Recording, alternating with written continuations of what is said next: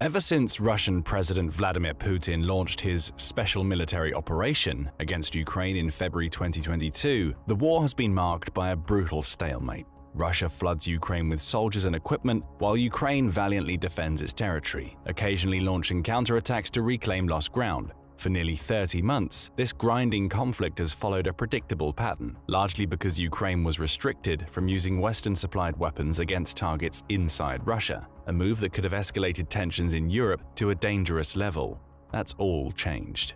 In a dramatic shift, US President Joe Biden, backed by other NATO allies like the UK, has given Ukraine the green light to strike back directly on Russian soil. This bold decision shatters the so-called red line that had held Ukraine back, and it's setting the stage for a turning point in the war.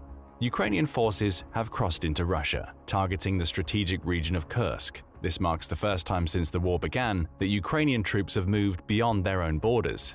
So what does this mean for Putin? Why Kursk? And most crucially, what could this development mean for the future of the Ukraine war? Let's dive into these questions, starting with the most pressing one. What on earth is happening in Kursk?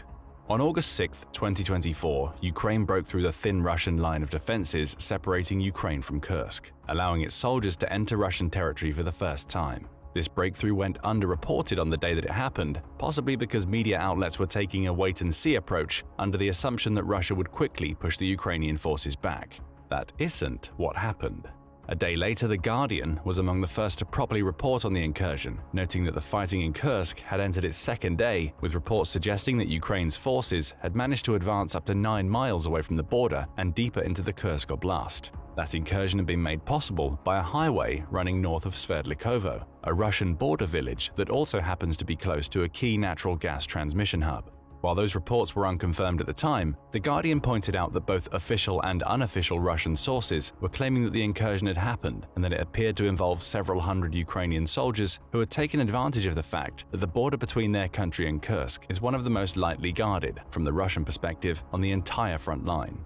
Russia was quick to claim that it had already neutralized the incursion. Its defense ministry claimed the incursion was neutralized on the day that it happened, only to backpedal by the time The Guardian released its report to claim that it was ongoing as of lunchtime on August 7th. Russia also provided details on what it had done to counter the offensive. It says using missile strikes and artillery, it destroyed 50 armored vehicles and inflicted 260 casualties on the Ukrainian forces.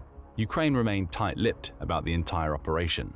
On August 8th, several other media outlets picked up on the story. These included Le Monde, a French news website, which claimed that Ukraine had actually sent 1,000 troops into Kursk, rather than the previously reported several hundred. It also reported more details on what Ukraine did once it crossed the Russian border. Backed by more than 2,000 soldiers that stayed on the Ukrainian side, defending their position and perhaps preparing to follow the initial 1,000 into Kursk, Ukraine crossed the border with 10 tanks and 20 armored vehicles. That immediately casts aspersions on Russia's claims to have destroyed 50 armored vehicles, showcasing just how difficult it is to ascertain full details of what's happened so far. Once Ukraine crossed the border, Russia declared a state of emergency in Kursk as soldiers advanced on several localities, including a small town named Sudza. These localities were bombarded with Ukrainian missiles and drones, reportedly causing at least 5 deaths and over 30 injuries. Furthermore, the August 6th incursion had resulted in fighting breaking out in Oleshnya and Goncharivka, both in the Kursk Oblast, with Russian soldiers in the latter region supposedly being surrounded and captured by Ukrainian forces. The next day saw Ukraine advance further, according to Le Monde, resulting in the capture of around 20 poorly defended Russian villages, including Gornal, Daryuno, and the previously mentioned Sverdlikovo. Those captures also led to Ukraine taking control of the Sudza gas station, a gas transfer point overseen by Russian energy giant Gazprom that represents one of the few entry points for Russian gas into the Ukrainian gas transmission system. This station matters because it's key to Russia being able to transport gas into Europe, meaning the taking of the station will put a small dent into Russia's profitable energy market. NPR also published a report on August 8th detailing the incursion. It backed Le Monde's claims of 1,000 Ukrainians entering Kursk, noting that the number comes from General Valery Gerasimov, who is Russia's chief of general staff. It also noted that it was the first such offensive carried out by Ukraine. Though it had previously backed small groups of Russian exiles as they carried out limited cross-border raids, the incursion into Kursk was the first time that Ukrainian soldiers had entered Russia since the war began. Putin was left with egg on his face. After spending so much of the war trying to portray Russia as an indomitable power to which Ukraine would crumble over time, he now finds himself having to explain why he's allowed Ukraine to take Russian territory. To rub salt into his wounds, the incursion is far from over. At the time of writing, Al Jazeera is running a live tracker covering the Ukraine war, which says the Ukrainian soldiers are still fighting Russians in Kursk. That tracker also contains a quote from Mikhailo Podolyak, a Ukrainian presidential aide, who pins the blame for the incursion on Russia. The root cause of any escalation, shelling, military actions, forced evacuations, and destruction of normal life forms, including within the Russian Federation's own territories like Kursk and the Belgorod regions, is solely Russia's unequivocal aggression, he wrote in a social media post. Al Jazeera also offers a different number for the tanks that have crossed the border, 24 instead of 10. So the details are still blurry. What we can say for sure is that Ukraine is in Kursk and that it's taken up to 1,000 soldiers over the border into Russia. Those soldiers are accompanied by tanks and armored vehicles, in addition to seemingly having access to missiles and drones. They've used these weapons well. Up to 20 small Russian villages are apparently under Ukraine's control, however temporarily that control might last, along with a key Russian gas station. All of this brings us to another key question. Why did Ukraine choose Kursk? That's a question that the White House has been asking. On the evening of August 7th, the US think tank, the Institute for the Study of War, or ISW, published an update on the incursion. It confirmed that US intelligence indicates that Ukraine has penetrated at least 2 of Russia's defensive lines on its sojourn into Kursk, as well as taking a stronghold. It also cited both satellite imagery and geolocation footage to apparently confirm the reports that Ukraine has taken dozens of captives and that it now controls the Sudza gas distribution station. These early reports have prompted the White House to contact Ukraine's leadership to quiz them on the objectives of the incursion. Speaking on August 7th, Karine Jean-Pierre, the White House press secretary, noted, "We're going to reach out to the Ukrainian military to learn more about their objectives." She also pointed out that the White House supports what she calls common sense actions to stop Russia's attacks.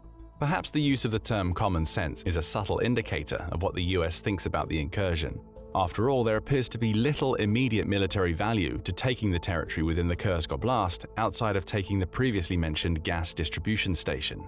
And even then, the value is minor. That station sends gas into Ukraine and has likely seen minimal use since the war started.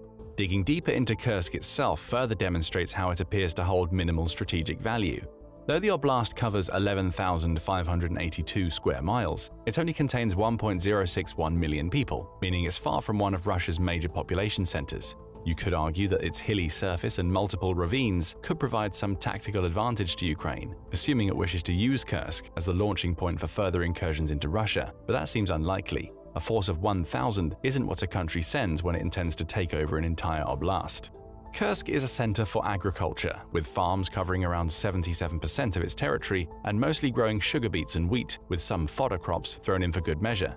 But again, that's nowhere near enough value to justify an incursion through which Ukraine intends to permanently hold the territory it's captured. Which brings us back to the question, what is Ukraine's goal as it moves deeper into Kursk? The answers don't necessarily have to do with Kursk itself, with the oblast simply being the most convenient available to allow Ukraine to achieve its objectives. Rather, as the BBC explains, the goal may be an entirely different piece of territory, Donetsk. Donetsk, which is part of the wider Donbass region, has been a key target for Russia ever since Putin's special military operations started, and symbolically the Donetsk region is somewhat tied to Russia. A large portion of its people are ethnically Russian and speak Russian as their primary language. Granted, those ethnic Russians don't make up the majority of Donetsk's population, unlike what we saw in Crimea in 2014 and beyond, but there's certainly a Russian influence in the region. After all, as DW points out, it was in Donetsk and the surrounding regions that opposition to Ukraine's 2004 Orange Revolution and the Maidan protests of 2013 and 14 were strongest. The Donbass itself has been no stranger to war even before Putin invaded Ukraine. 2014 saw pro-Russian separatists proclaim both Donetsk and Luhansk as people's republics independent of Ukraine, likely with the goal of integrating them into Russia. The point here is that Donetsk offers symbolic importance to Russia.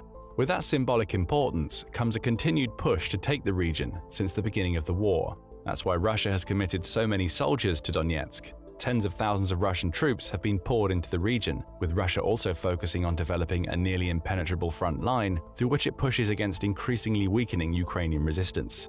Glide bombs pepper Donetsk daily, with the taking of Donetsk setting the stage for Russia's later successes in overtaking the fortress towns of Avdiivka and Bakhmut.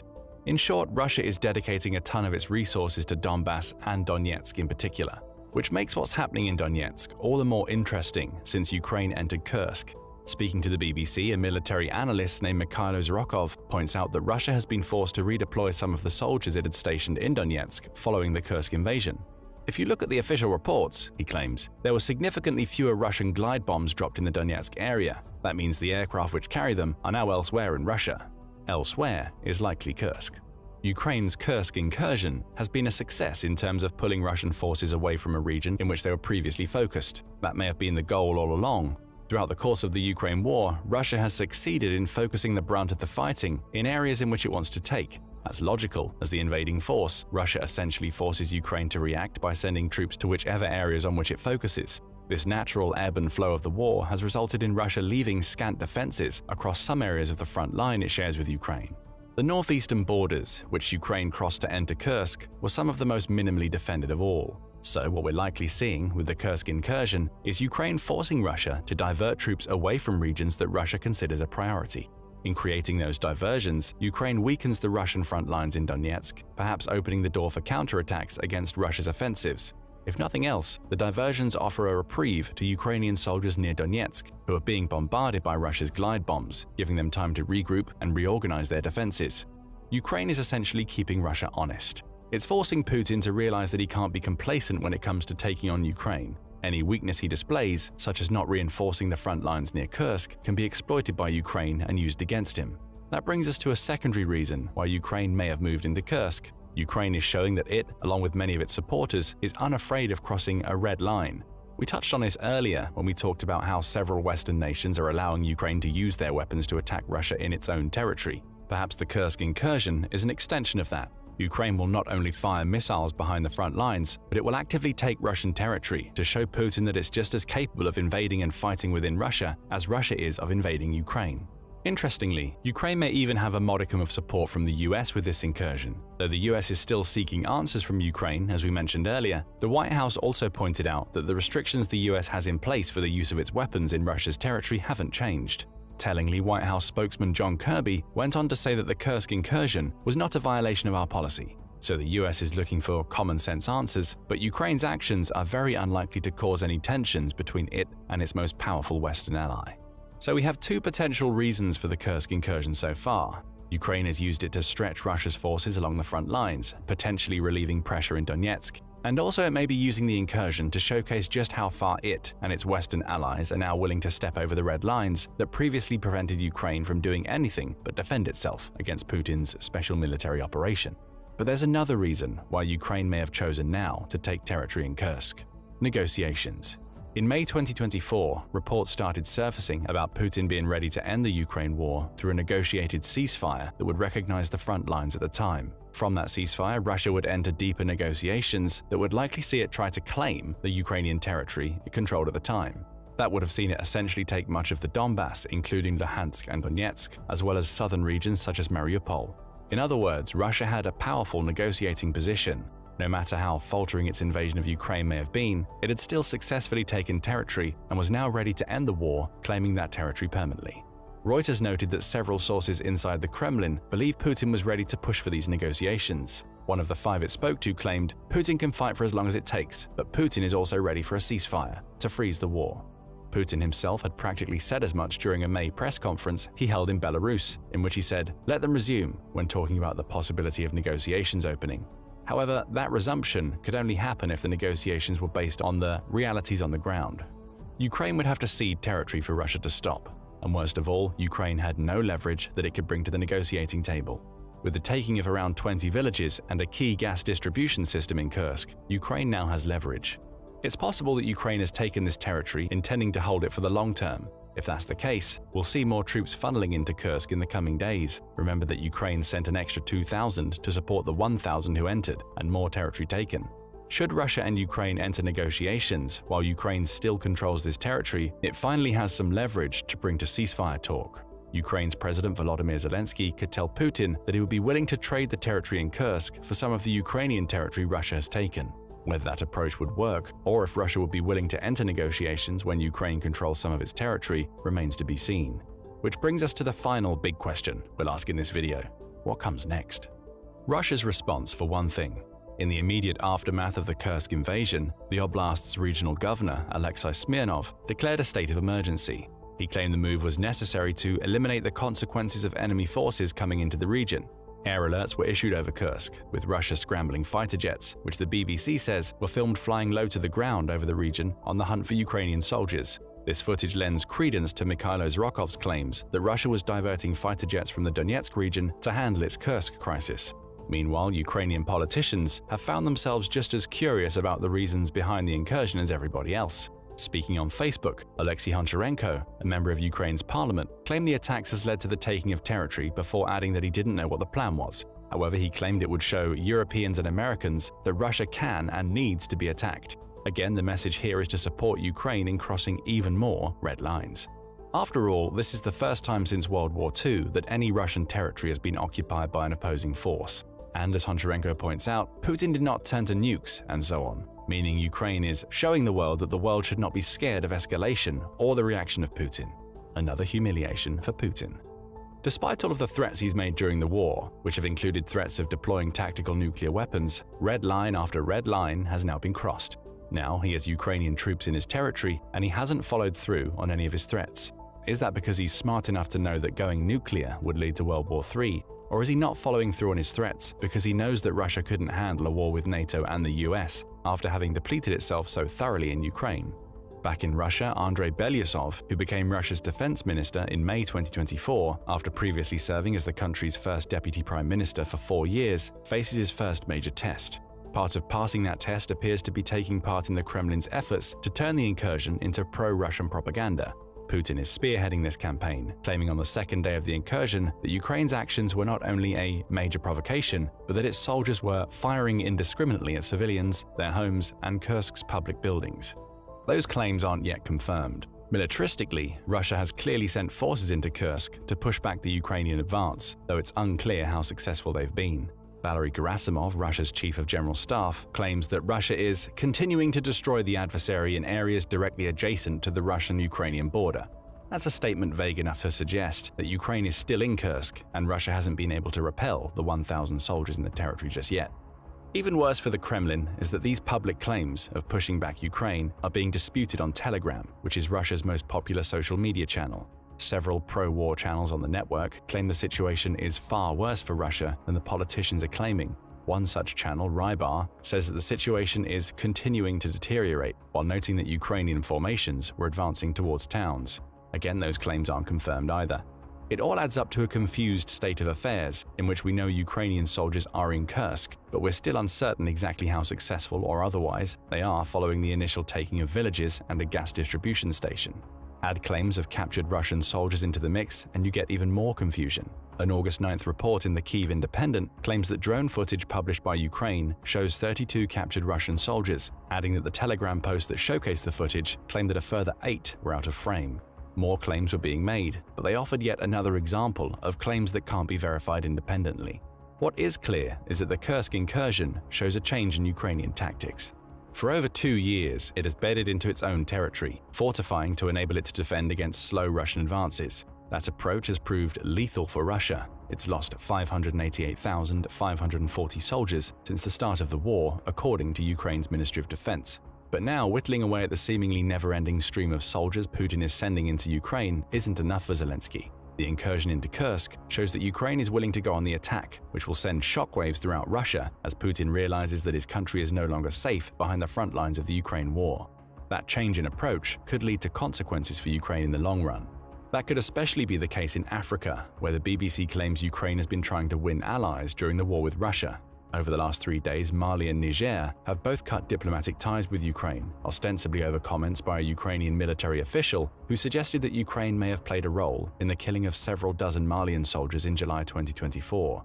Those soldiers were working alongside mercenaries from the infamous Wagner Group and were apparently killed in clashes with al-Qaeda-linked militants. Andriy Yusov claimed in the immediate aftermath that the separatist rebels the Malian soldiers fought received the necessary information they needed to carry out their attacks. An unsubstantiated comment, but one that has triggered Mali, Niger, and Senegal to cut ties with Ukraine, all coincidentally right as Ukrainian troops entered Kursk. It's possible that the Kremlin put pressure on all three to do so, with Ukraine calling Mali's decision short-sighted and hasty, while claiming that it complies with all aspects of international law. Perhaps Ukraine wasn't involved in the killing of Malian troops at all. Instead, we may be seeing Russian influence-based politics at play again, as it labels Ukraine as the aggressor while using the Kursk incursion to prove its point. Ukraine loses 3 potential African allies, or at least 3 countries with which it could deepen diplomatic ties, and Russia forces a small propaganda victory. That's all conjecture, but it shows that Ukraine's differing approach to handling Russia could have ramifications on a wider scale. What isn't conjecture is that Ukraine's latest actions aren't part of the Russian plan. None of this is. The special military operation in Ukraine was supposed to be short, sharp, and devastating. Now Russia is bogged down in a protracted war that has not only cost it hundreds of thousands of soldiers and huge amounts of military equipment, but is now seeing it lose territory to a country that it's trying to conquer. The plan is failing. And with that, we'll ask you what you think about Ukraine's incursion into Kursk. Is this the start of a new approach that will see Ukraine taking even more Russian territory in the future? Or is it a short-term crossing of a red line designed to stretch Russia's troops? How do you think Putin will respond to the humiliation he's experienced as a result of this incursion? Share your thoughts in the comments section, and thank you for watching the video.